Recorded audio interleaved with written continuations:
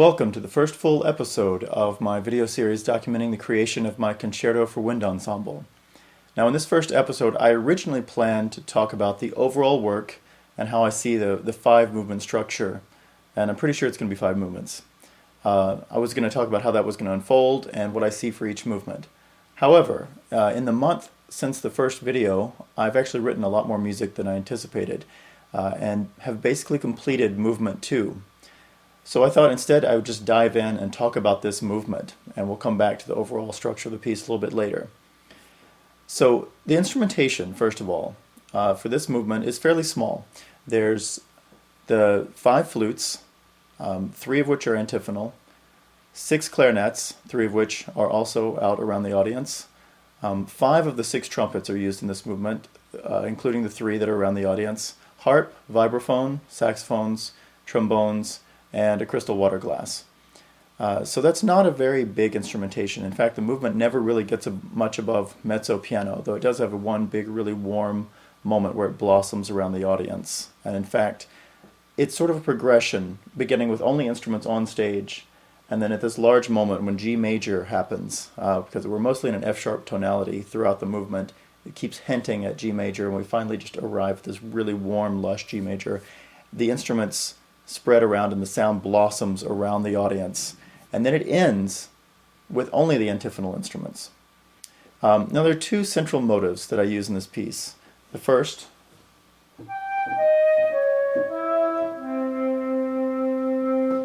that opens the work and reappears a couple of times, but I derived a second one from this, and the second one is what I use extensively.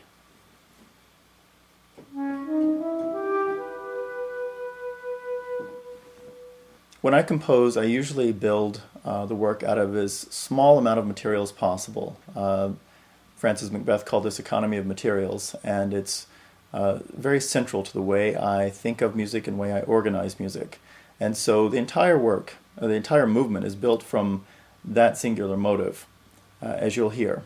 So now I want to show you a little bit of how I work in Digital Performer, the sequencing program, and give you a little behind the scenes of a couple of snippets of the music.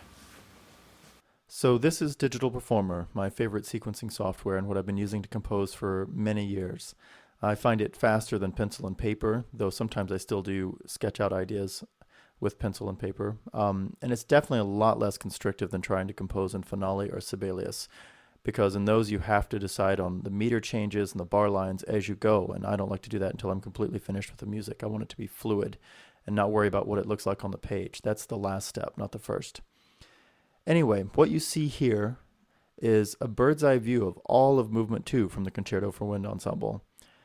These colors represent the various instruments, and as you might guess, the vertical arrangement is the pitch level. So this note right here, for example, is middle C. Everything above it would be above middle C, and likewise everything below would be in the lower register. These green and brown notes here at the beginning, that's a flute duet that opens the entire movement, and then I bring in some more instruments, for instance the clarinets and some trombones, and these little green notes here are the harp. So it gets fairly dense here, but these instruments are all flutes, clarinets, oboes, harp, and vibraphone. So even though it looks like a lot's going on, it still has a really light, airy texture to it. And then we have this long solo here in the middle, and that blue represents alto flute, which is in fact behind the audience. And this is the first time one of the antiphonal instruments enters in this movement. All these greens and yellows and oranges are basically instruments that are on stage, and in this movement I've represented instruments off stage or behind the audience and around the audience in these blues and reds and pinks. So you can see the movement progresses from all on-stage music, then followed by an off-stage, the flute solo, and then sort of interaction between the two, but the balance of power, so to speak, has shifted by the end, and we're entirely off-stage or out around the audience. None of the instruments on stage are playing anymore. So now I'll play you a little bit. I'm hesitant to do this. One, because MIDI generally sounds like crap, and even when the sounds are of high quality, it's almost worse because it can fool you into thinking that it's accurate, and you can actually stop listening actively. The sounds I'm using here are really not too bad, but I don't do a lot of extra tweaking or really try to make it sound as real as possible. One, it just takes a lot of extra time, and two, again, it can fool me into being complacent, and I don't want to do that. I'm also hesitant just to show you a work in progress. I think every composer would feel that way, but that's what this whole video series is about. So I'll start with the end of this flute duet that opens the movement.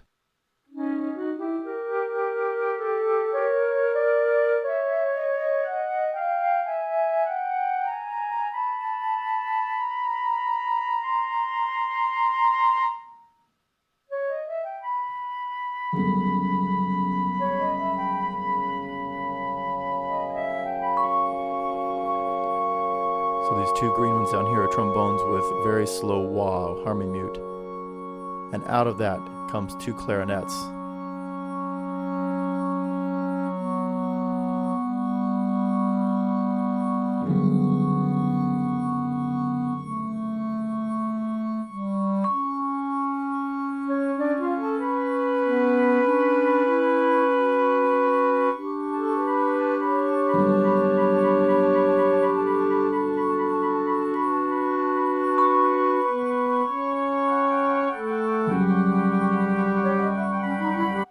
So you can see I'm flirting with this oscillation between an F sharp tonality and a G major tonality.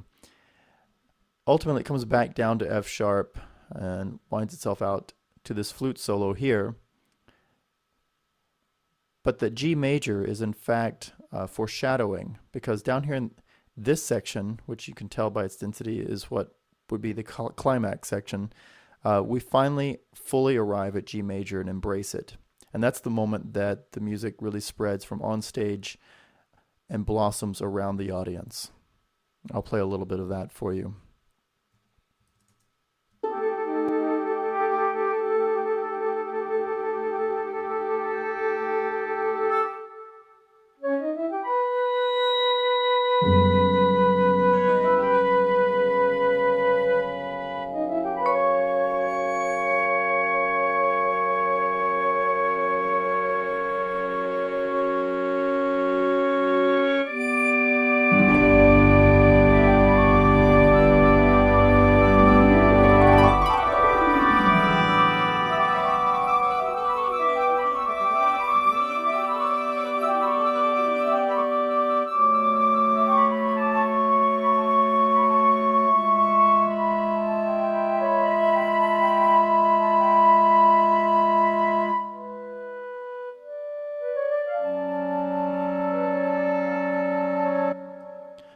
So you can't tell from this recording, but those flutes and the green and red down here, those clarinets, those are all antiphonal instruments surrounding the audience.